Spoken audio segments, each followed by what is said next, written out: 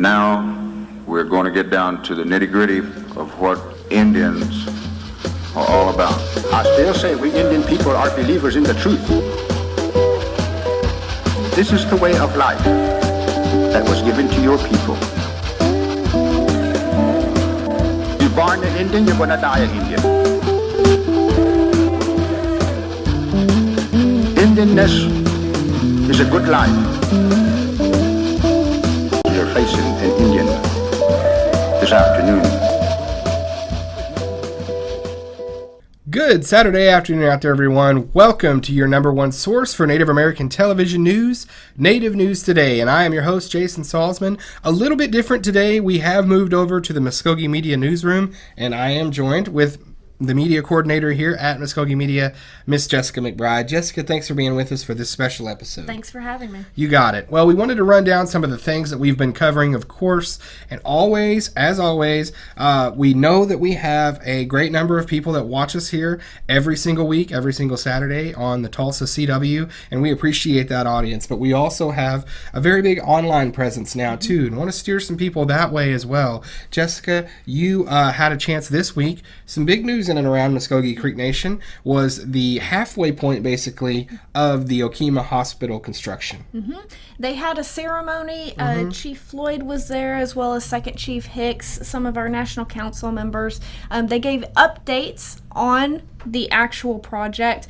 Chief Floyd said it will be done as of spring, right? So it should be open then. One of the things we also wanted to correct too is previously it was reported that this would be for Native Americans only. Now there's different parts of this facility, and so the hospital and emergency room will be open to the entire community. It's a community they will serve hospital, non-natives, much yes. like the one here in Altamogee. Exactly. Yes, absolutely. Well, we want to now go to our Facebook page for Muskogee Nation News. You'll see here as we scroll down, you can see that we have videos that you did live that people can go and basically take themselves on a tour of the facility here, so you can see inside work being done. Go on down, there's other videos as well of the inside, some of the outside construction. There you are in a hard hat, that's pretty hilarious. Also, you got some interviews as well. I think Chief Floyd had some comments on here. And Manhattan Construction, Mr. Rooney from Manhattan Construction talking about the project. So lots of great content there on Muskogee Nation News Facebook page. So always keep it with our social media sites as well as MuskogeeMedia.com. So Jessica, we got a great program lined up for today. Really excited about not only being in a new setting, but having you on with us as we get to some other things later on in the program. But right now we're going to take our very first break. Don't go anywhere. We'll be right back with Native News Today. Looking for your next 18-hole adventure? Then take a look at Fountainhead Creek Golf Club. Nestled in the beautiful confines of Lake Eufaula State Park, large sloping greens and well-placed bunkers characterize the Muskogee Creek Nation's Floyd Farley designed course and offers a fine test of skill for any golfer. Stay up on all the latest gear and equipment with a visit to our pro shop. Have lunch at the Turn at the Clubhouse Grill. We're waiting to accommodate you at Fountainhead Creek. Give us a call at 918-689-3209 or visit fountainheadgolf.com to book your next round. Fountainhead Creek Golf Club, close to home, far from ordinary.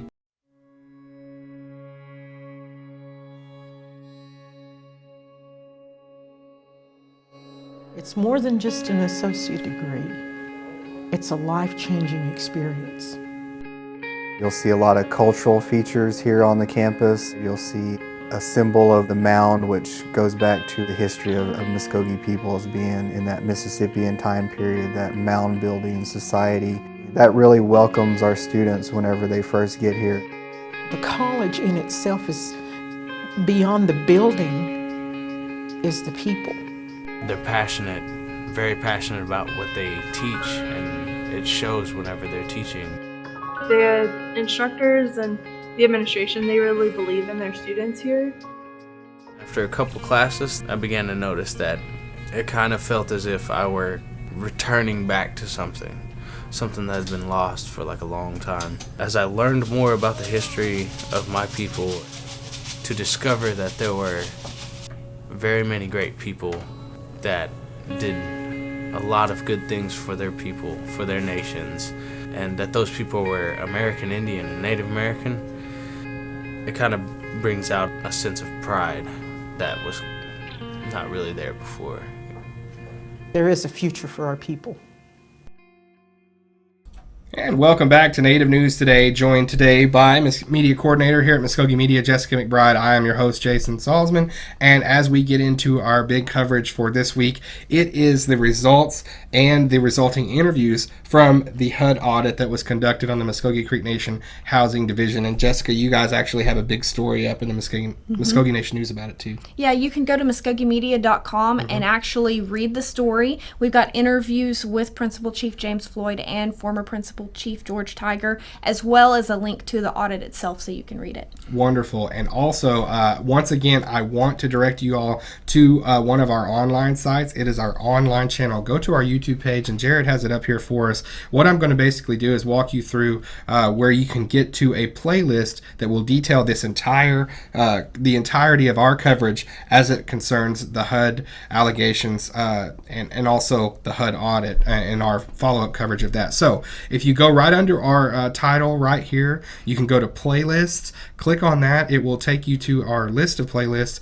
and right here, the very first one, HUD OIG Audit. Go ahead and click on that, and this will be all of the videos pertaining that we have done to this. So it's a great resource. It's a great thing for you all to have right there at home. You can click on any of these videos. If you want to watch them in chronological order, you can do that. The special report started everything off. That's what got the entirety of our coverage started, was the special report on November the 5th. Also the special report 2, 3, and then now we have what we have presently is our audit results, and we got those interviews. You can go to the Chief Floyd's interview, and I'll click on it here so you can see.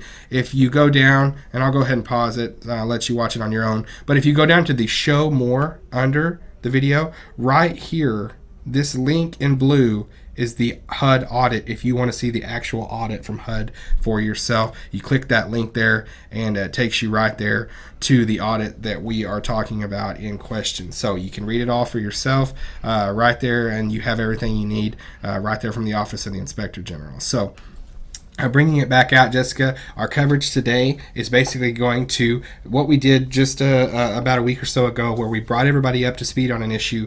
We're going to do that now with basically a chronological storytelling of the entire HUD allegations brought forth by a citizen to where we are now as far as seeing the HUD results. So we will show that to you now here exclusively on Native News Today. On November 5th, 2015, Muskogee Media released a special report concerning allegations made on social media by Muskogee Creek citizen and former MCN housing employee Rodney Josie.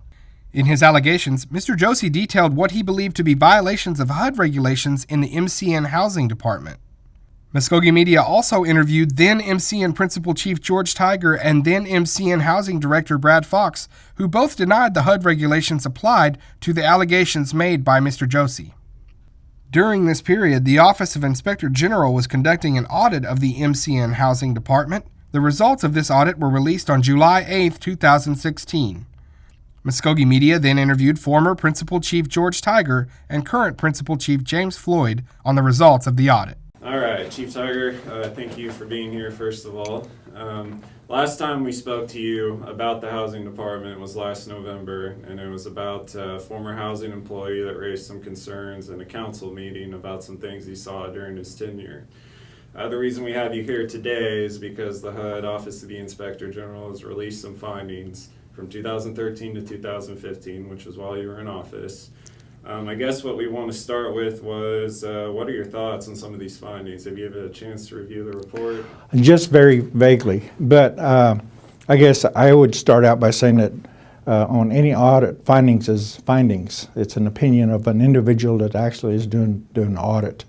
And what's ironic to me is that on some of the findings that are being brought out, that for a period of almost 20 years on some of the policies that's being referred to, it's never been questioned before. And I think when an individual came in and did the audit that is being questioned now because needing probably more of a thorough, explanation, which certainly is something that can be done. A finding is also a negotiating tool. if it's a finding that, there's some recommendations that can be negotiated out and how it can be addressed and how it can be taken care of. As far as I saw, there was really no major issues. The $200,000 a tribe has to pay back. In essence, eventually, the participant in question is going to be paying that back at some point in time. So that money will be recouped. I think there's a question about not having a policy in-house or on record or something like that. Ironically, when an audit was performed prior to this one, that policy was available to the single audit group that came in. It was also provided to this individual or individuals that were performing this last audit, and for some reason, even though they had it, they couldn't find it. Those types of things, sometimes play into audits and how they're performed. So it's ironic too that prior to my administration and previous administration to mine, the nation did have to pay back in excess of $1.3 million on some housing issues. Yet that didn't seem to be an issue at that time. And so I do want to thank you and your staff for reaching out so that I could have this opportunity, because it seems to be a little bit of sensationalism that's being played with some of the commercial outlets, just running with the story of not having an opportunity for what you're giving me to be afforded that opportunity. Well, that's why we had you come in. You spoke of the process. Now, is that in reference to the waivers that were in question during the last time we had you on? I don't know if the questions were about waivers. Like I said, I didn't. I just vaguely read over the deal having to deal with one participant with the housing and how much that participant should have been paying. I think as far as a maximum on payments for housing, that has been in existence for a number of years at a maximum of $350. I do know that I received a lot of calls when there was a letter that was sent out increasing everyone's, or the possibility of everyone's payments. Well, I also know that that would probably, in essence, would affect about a little over 100 people that could probably afford the increase and probably need to have an increase in their payments. But not every participant should have received that letter. So there's a number of things that I think that you look at it at that audit at some point in time, those things are negotiated out, and we do and continue, I'm sure, to have a good working relationship with Wayne Sims at the HUD office, the Southern Plains office. Okay. Well, specifically, one of the findings they did have was in reference to the waivers. They said that those kind of processes are okay as long as they've reviewed it and approved it. And they said during that span of period in question that was not done. Do you have any thoughts on that? Yeah, well, number one, I think sometimes people have to remember we're a self-governance tribe. In other words, that we take care of our people. And a self-governance tribe basically can make decisions accordingly. On the waivers, I know that even the council at one time questioned whether or not it didn't come to them. That's an executive process, itself.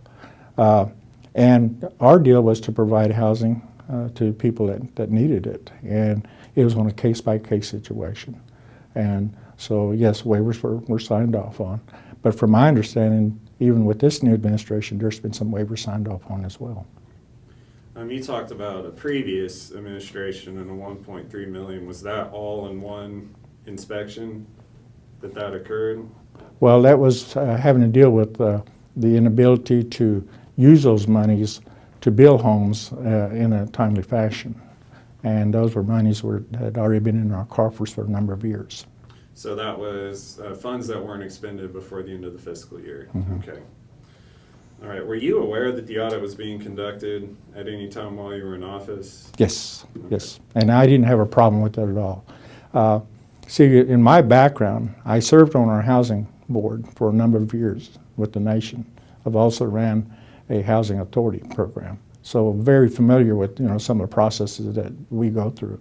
Didn't have any problems with the audit itself. I think that I welcomed it. If I remember right, anytime an audit is going to be performed, that is a function that we as elected officials should always welcome. Okay. Well, I think we've just about got everything covered that we wanted to. Is there anything else you wanted to share with citizens before we let you go? Well, it's unfortunate that to some degree that a lot of things that are being questioned and these things again can be worked out are being politicized to a large degree. And I don't think that's who we are as Muskogee Creek people, as I've always said. I think that anytime there's a policy in question that those things can be addressed in a manner that is welcomed by all elected officials. To arbitrarily send out a letter without the process in place that we have, for instance, we just can't, as an executive branch, sometimes just make a decision and run with that because of the fact that on any policies or whatever, those has to be, brought before the council. And so, there's a number of things that if I was a vindictive person, I'd be pointing fingers too, but that's not who we are as Muskogee Creek people. I think one of the things that we take pride in is that we've been successful as a nation, one of the most successful nations in the country for a period of time since the late 70s, early 70s, because, of the things that we were able to take advantage of and continue to take advantage of to make sure that our citizens are provided with good service. And I see that as being continued, and I think it's a transition, maybe to some degree, with people that don't fully understand that sometimes these things, if you don't understand it, can easily be used in another manner.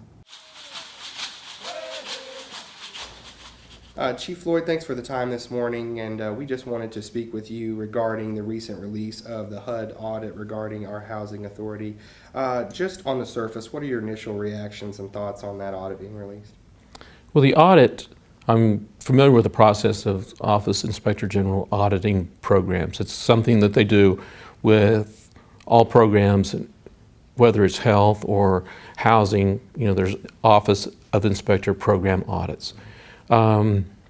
This audit began, I think, October last year and continued into maybe the early part of January.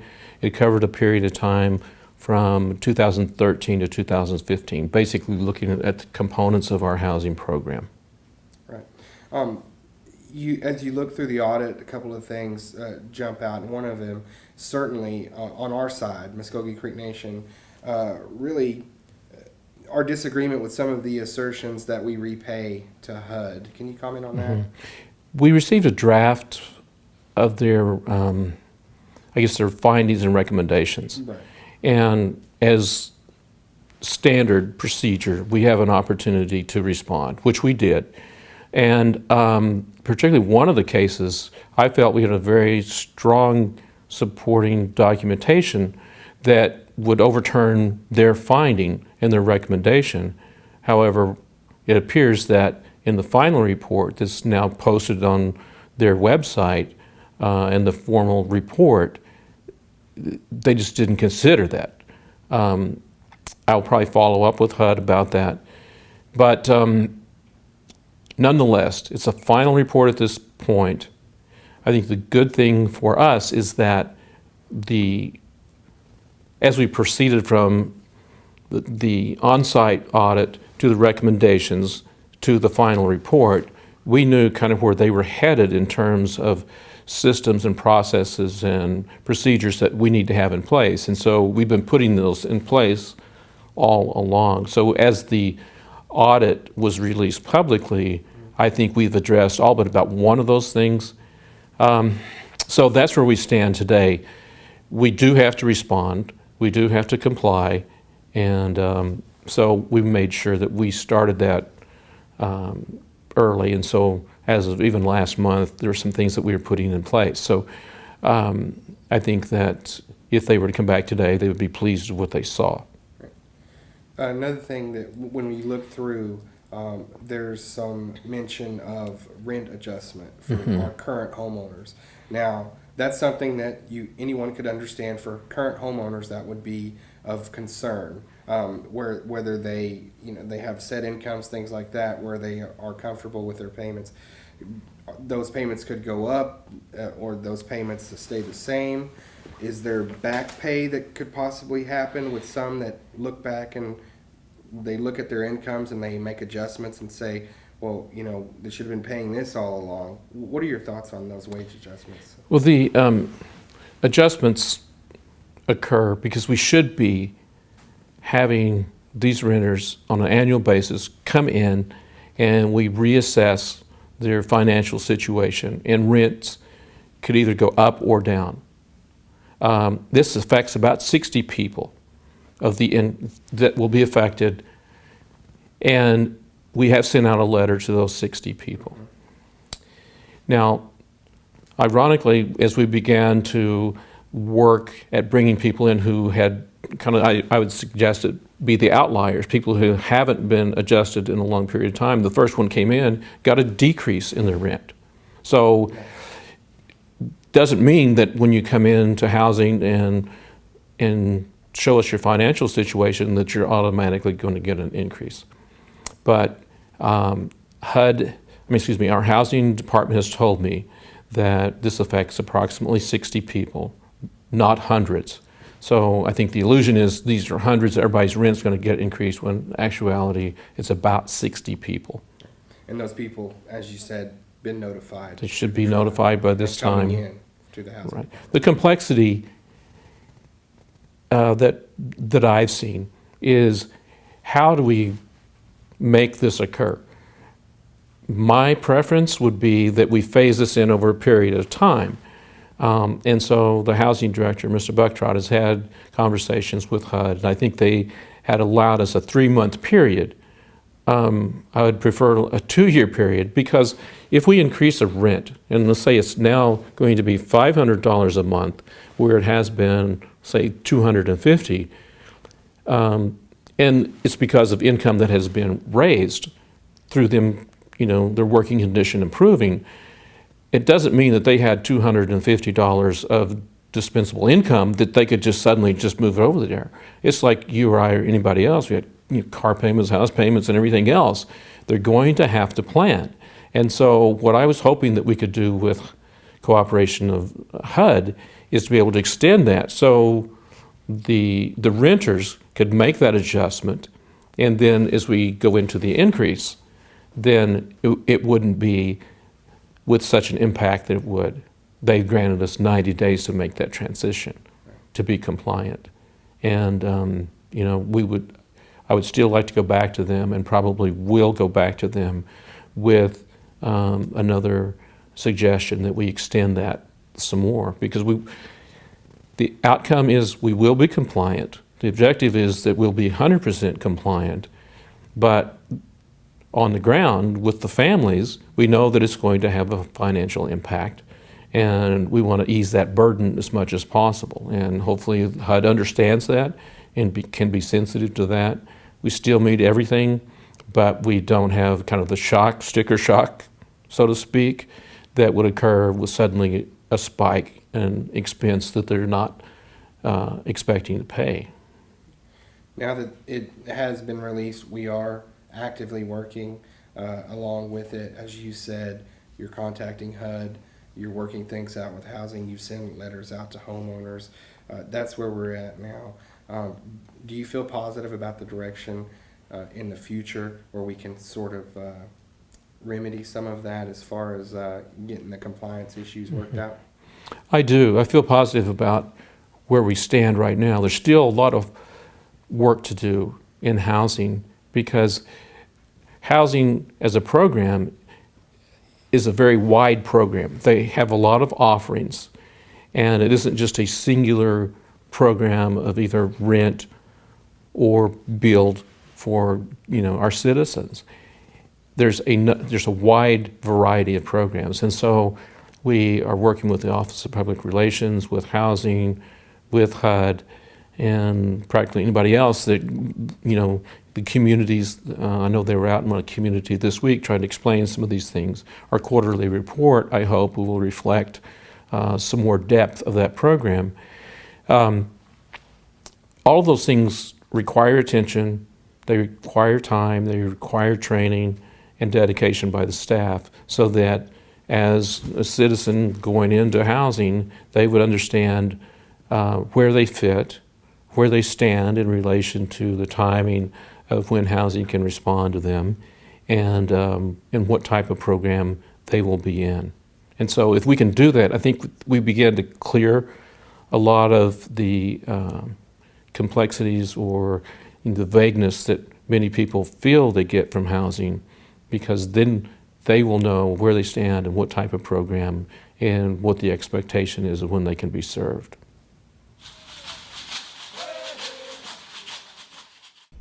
And there you have everything up to our present coverage of the HUD audit on our housing division, complete with remarks from former Principal Chief George Tiger and current Principal Chief James Floyd. And want to remind you again, you can go to the playlist on our YouTube channel, get yourself all caught up from the special report to what we have covered now. So lots of things on there, lots of coverage, lots of things to read over. The citizens certainly have all that they need in their hands, I think, on this issue to be able to research and see for themselves and draw their own conclusions. So that's what we're to do as the media, is to get the story out from every possible angle. Jessica, I know that you almost have to take a big exhale when you finish a story like this, because there's a lot to it. Well, it's a lot of work, and we want the citizens to have everyone's opinion, Yes. everyone's thoughts, so that they can make their own judgments and their own decisions. Absolutely. And want to show you now MuskogeeMedia.com.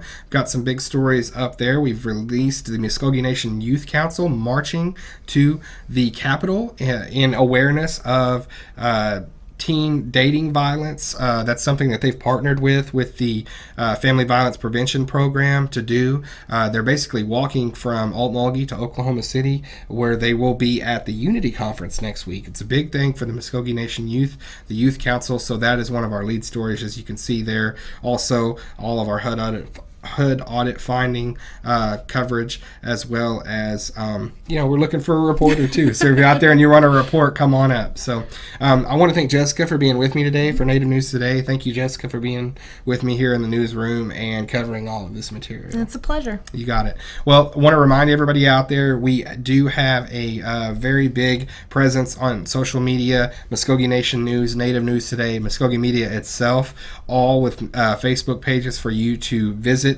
interact with, and as well as Twitter at MNN and then at Native News Guys. If you want to check us out on Twitter, we want to hear from you. So we want to interact with the people and want to give the most coverage we can with the most outlets that we can, and stay with our YouTube channel as well. A lot of material on there.